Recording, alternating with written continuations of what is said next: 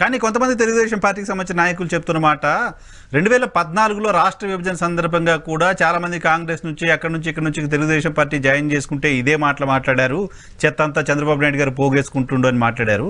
కానీ ఆ రోజు మేము అధికారంలోకి వచ్చాము, మాకంటూ ఒక స్ట్రాటజీస్ ఉన్నాయని మాట్లాడుతున్నారు. ఏంటి దానికి దీనికి ఎలా కంపారిజన్ చెప్తారు? 2014 ఎలక్షన్ 2024 ఎలక్షన్స్ రెండు కూడా చాలా డిఫరెంట్ షేడ్స్ లో జరుగుతాయి. ఎందుకంటే 2014లో వైఎస్ఆర్సీపీ ప్రభుత్వం ఏ రోజు అధికారంలో లేదు. సో అప్పుడు 2014లో విభజిత ఆంధ్రప్రదేశ్ రాష్ట్రం కొత్తగా ఏర్పడిన రాష్ట్రంలో జగన్మోహన్ రెడ్డి గారు కరెక్టా, చంద్రబాబు నాయుడు కరెక్టా అని ప్రజలు చూశారని నేనైతే భావించటం.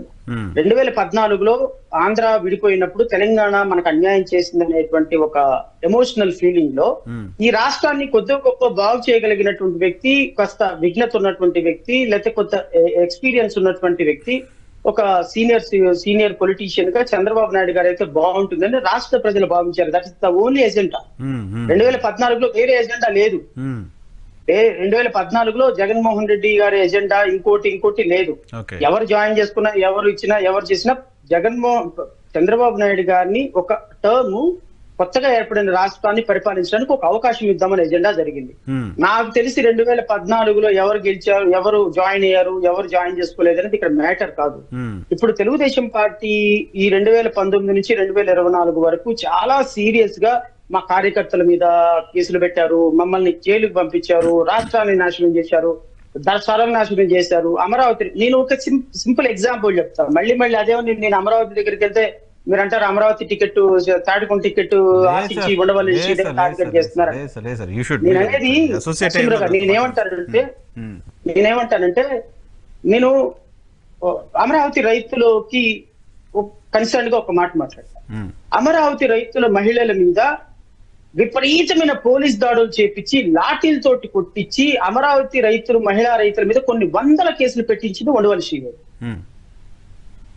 Undavalli Sridevi is the backbone for all these atrocities happened in Tatikonda.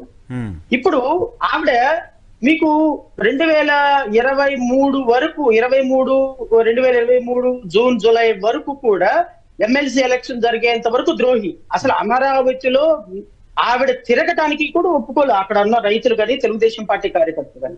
All of sudden మీకు ఒక ఓట్ వేసిందని చెప్పేసి అమరావతికి నాశనం చేసినటువంటి శ్రీదేవిని తీసుకొచ్చి మీ పార్టీలో జాయిన్ చేసుకున్నారు అంటే what it indicates, what morality you have అంటే అది మీ పార్టీ ఇష్టం, నీ కాదనటంలా. కానీ ప్రజాప్రతినిధులుగా ఒక ప్రాంతానికి అన్యాయం చేసినటువంటి వ్యక్తులని కేవలం మీకు ఓటేశారన్న కారణంగా తీసుకొచ్చి పెట్టుకోవటం అనేది ఇట్స్ నథింగ్ బట్ దాన్ని ఏమంటారంటే దిగజారుడు రాజకీయాలకి ఇది ఒక మచ్చు తునక.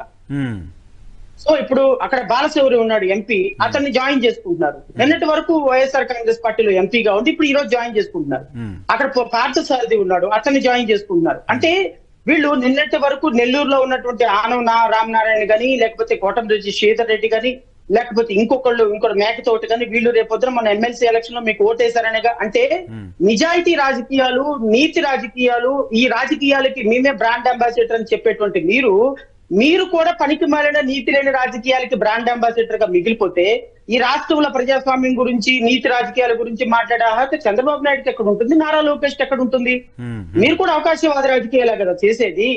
ఈ రాష్ట్రంలో ఎవరైతే బడుగు బలహీన వర్గాల కోసం నిజాయితీగా కష్టపడినటువంటి వ్యక్తులని మీ పార్టీలో ఇప్పుడు గంటా శ్రీనివాసరావు ఉన్నాడు, పచ్చిబాటి పుల్లారావు ఉన్నాడు, లేకపోతే నెల్లూరులో ఉన్నటువంటి నారాయణ ఉన్నారు. ఏ రోజైనా ప్రజా సమస్యల మీద గళమెత్తారా నరసింహరావు గారు? ఈ 5 సంవత్సరాల్లో ఏ సమస్య మీదైనా మాట్లాడారా? ఇప్పుడు వాళ్ళందరికీ కోట్ల రూపాయలు తీసుకుని రేపొద్దున వాళ్ళకి టికెట్లు ఇచ్చి వాళ్ళని ఈ రోజు లైమ్ లైట్ లోకి తీసుకొచ్చే తెలుగుదేశం పార్టీ కార్యక్రమాలు ప్రజలు నమ్మకూడదు అంటున్నా నేను. వాళ్ళ party internal issue. I don't want to comment as being నాకు కూడా ఒక పార్టీ ఉన్న కారణంగా. కానీ ప్రజా సమస్యల కోసం వచ్చి రేపు ఓటు అడగాలి, రేపు నేను ముఖ్యమంత్రి అవ్వాలి అనుకున్నప్పుడు, ముఖ్యమంత్రి అవ్వాలనుకున్నటువంటి వ్యక్తి 2014 నుంచి 19 వరకు పరిపాలన చేసినటువంటి ఈ వ్యక్తి ఈ రాష్ట్రానికి ఏం చేసినట్టు చెప్పాలి కదా ప్రజలకి. ఇప్పుడు నేను కొత్తగా వస్తున్నాను సార్. ఈవెన్ పవన్ కళ్యాణ్ గారు కూడా నేను అంటున్నా, Pawan Kalyan garu he never elected as an MLA, he never be in government. రేపొద్దున ఆయన ఏమంటాడమ్మా, నాకు ఒకసారి ఎమ్మెల్యేగా ఎన్నుకోండి, లేకపోతే ఒక ముఖ్యమంత్రిని చేయండి, 2024లో నాకు అధికారం ఏమంటే ప్రజలకు నేను ఏదో ఒకటి చేస్తానని చెప్పేదానికి ఒక క్వాలిఫికేషన్ ఉంది. There is a reasonableness. కానీ 2014 నుంచి 19 వరకు ముఖ్యమంత్రిగా చంద్రబాబు నాయుడు గారు చేశారు, మంత్రిగా నారా లోకేష్ గారు చేశారు. మీరు ఈ 5 సంవత్సరాల్లో రాష్ట్ర ప్రజలకు ఏం చేశారో చెబితే 2024లో మీకు ఓటు వేయాలా వద్దా ప్రజలు నిర్ణయం చేసుకుంటారు. సో 2024లో మీరు ఓటు అడగాలి అంటే ప్రజలకి 2014లో మీరు ఏం చేశారో ప్రజలకు చెప్పాలి. మీరు ఏం పాలసీస్ తీసుకొచ్చారో చెప్పాలి. రాష్ట్రాన్ని ఎలా అభివృద్ధి చేశారో చెప్పాలి.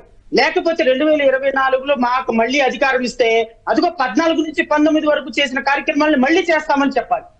లేదా ఆప్షన్ బి కూడా చెప్తాను నేను, లేదా 2014 నుంచి 19 వరకు ఈ రాష్ట్రాన్ని దోచుకున్నాం, ఈ రాష్ట్రాన్ని నాశనం చేశాం, ఈ రాష్ట్రంలో మేము ఏమీ చేయలేదు, వీఆర్ సారీ, ఆంధ్రప్రదేశ్ రాష్ట్ర ప్రజలకు మేము క్షమాపణ అడుగుతున్నాం, మా తప్పు మేము తెలుసుకున్నాం, మేము ముక్కు నేలకు రాసి క్షమాపణ అడుగుతాం, 2024లో మళ్ళీ మాకు అవకాశం ఇస్తే ఈసారి మా తప్పులు మేము తెలుసుకొని మరలా చక్కగా పరిపాలిస్తాం, పాత రిపీట్ చేయమన్నానని చెప్పాలి. These are the 2 options available to the TDP. Not only TDP, even Pawan Kalyan కూడా ఈ ఆప్షన్ ఎవరికైనా జనరల్ గా అవే ఉండాలి. Because Pawan Kalyan is also part and parcel of the government. 2014 నుంచి 19 వరకు though he may not be part and they may not contest in the election, but he also part and parcel of the ruling party. Alliance లో partner, ప్రభుత్వంలో కాదుగా. Alliance లో partner sir, I'm supporting you. So మీరు చేసినటువంటి తప్పులకి నేనే బాధ్యుల. రేపొద్దున ఇప్పుడు పవన్ కళ్యాణ్ చూసి కొంతమంది ఓటేసారు తెలుగుదేశం వాళ్ళకి. తెలుగుదేశం పార్టీ అధికారంలోకి రావడానికి Pawan Kalyan directly or indirectly is also influenced the voters. So now ఓటర్లకి సమాధానం చెప్పాల్సినటువంటి బాధ్యత పవన్ కళ్యాణ్ కూడా ఉంటుంది. సో ఇట్లాంటి దొంగలక నేను ఓట్లేయమని చెప్పింది, ఇట్లాంటి నీచులక ఓట్లేయమని చెప్పింది, ఇలాంటి దగాకోరులక ఇదిగో ఈ నారా లోకేష్ దోచుకు తిన్నాడు అని 100 మీటింగుల్లో రంకెలే చెప్పినటువంటి పవన్ కళ్యాణ్ గారు షార్ట్ టర్మ్ మెమరీలో ఆయన చెప్పినటువంటి మాటలు మర్చిపోయినారు. దానికి ప్రజలకు సమాధానం చెప్పి తీరాలి. ప్రజాస్వామ్యంలో ప్రజలను మోసం చేసి మళ్ళీ అధికారంలోకి రావాలి అనుకున్నటువంటి పార్టీలని ప్రజలకి వాళ్ళ మోసాలను చూపించి వీళ్ళని ఎన్నుకోవద్దని చెప్పాల్సిన బాధ్యత కూడా మా మీద ఉంటుంది యాజ్ అ పొలిటికల్